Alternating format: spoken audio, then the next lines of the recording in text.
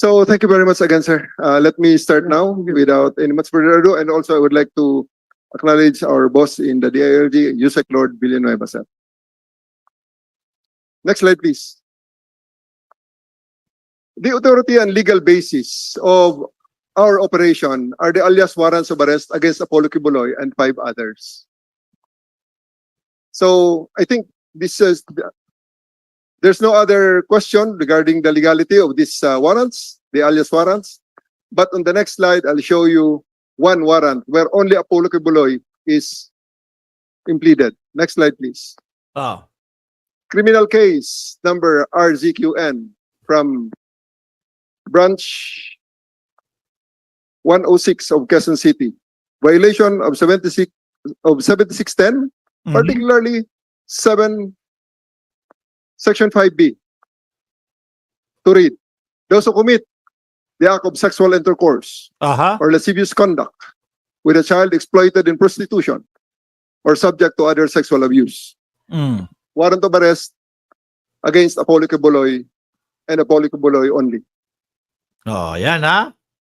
May dahilan sila, no? Naniniwala sila base din po doon sa mga kagamitan nila nandoon si Kibuloy. Dated August 8, 2024. Signed by Judge Noel Parel, presiding judge 106 Quezon City RTC. That is the person that we're looking for, sir. Next slide, please. Laki oh. The area of operation is the KOJC compound, which covers an area of approximately 30 hectares, 22 hectares inside, including the subdivision on the upper right-hand corner, which is another 5 hectares, because we have suspected that there may be a safe house of the subject of the target there. I would like to acknowledge also the presentation of Attorney Torion for giving us the confirmation on the methodical execution of these operations. And also, Mr. Jay Sonsa, the bungal in SMNI. Ay, bakit ka nangahamak ng tao, Mark? Hinahamak mo yung itsura ni Jay Sonsa. Nangahamak din naman yun eh. Diba? Kaya ganun lang, balikan lang. Bungal naman talaga. Anong masasabi natin dyan? Another resource person from the KOJC who simply said that they are live even before we arrive. Next slide, please. So the mission is very simple. Arrest fugitives Apollo Kibuloy and 4 others because one of them is already in custody, now imprisoned in Pasig Regional Trial Court. Next slide, please. The concept is again as simple. Enter, arrest, and leave. Okay. Simple as may sound, we, of course, expected the challenges. Next slide, please. Drawing lessons from the July 10 operations of Pro 11, we prepared CDM contingents, tactical security teams, arresting personnel, investigator searching personnel with WCPD ASCOR and ancillary services team. So you noticed we even prepared the portalets because we know that this will be a long drawn battle. Because in the next slides you will see why. And I'm very, very thankful with this opportunity to show this because the Senate will, we do hope that the Senate will see what interventions can be done to help the police or help bring the fugitives to justice. Next slide, please. Day 1. I wonder, actually, Pro 11. in Attorney Torion's presentation, he uses pictures when SMNI was always live with videos. Because I do believe if a picture paints 1,000 words, a video will be 1,000,000 more in word. So let's click and see the videos in the next slides.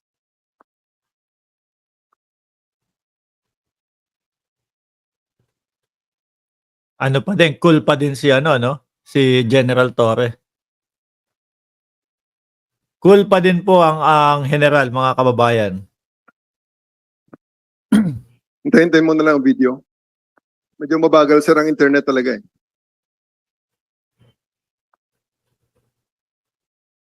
Ay, sa Davao, mabagal lang internet. Ganun pala dun. O baka dun lang sa lugar na If I may suggest, sir, the lag is being caused by the Zoom application. If we can directly connect to the that board, it will be a bit faster. If we don't go through Zoom. Don't know, sino bang technical Kung wala namang naka-Zoom, sir, na members, if we can request. Tangina, lakad na naman si Loko-Loko. Oh. Dapat murahin tong mga to. Saan yun? Sino yan? May nagsalita doon, mukhang maganda ang ipapalabas mga kababayan. Mukhang maganda ang ipapalabas ni General Torre, mga kababayan.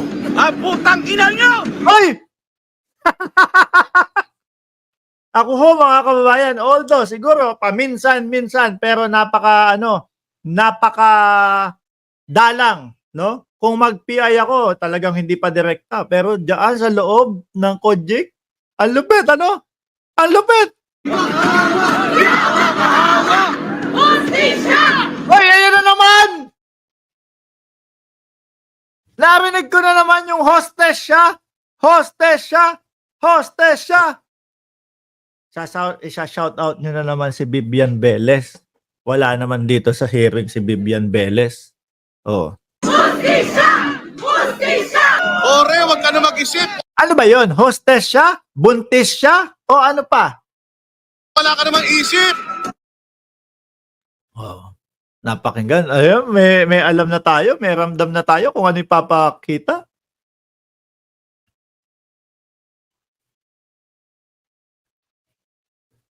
Tagal Sabi ni Ron Lin, Kabonse, isuko niyo si Kibuloy. Para matapos na ang gulo.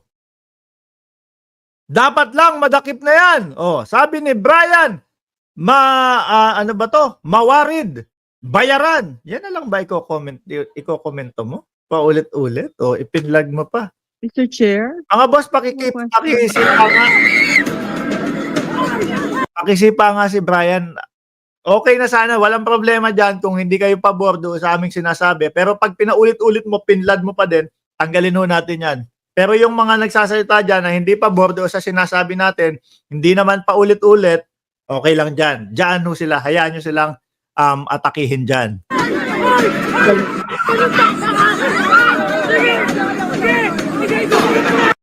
Hostess siya! Hostess siya!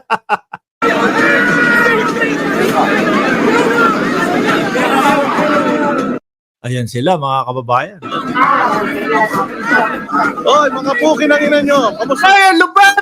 Ibang klase ito! Loob ng compound! Okay lang, syempre. Okay lang yan doon sa mga namamahala ng Kojik. Kakampi nila eh. Pero kapag ang kapulisan, hindi. Sagrado yung lugar na yan, mga kababayan. Ha?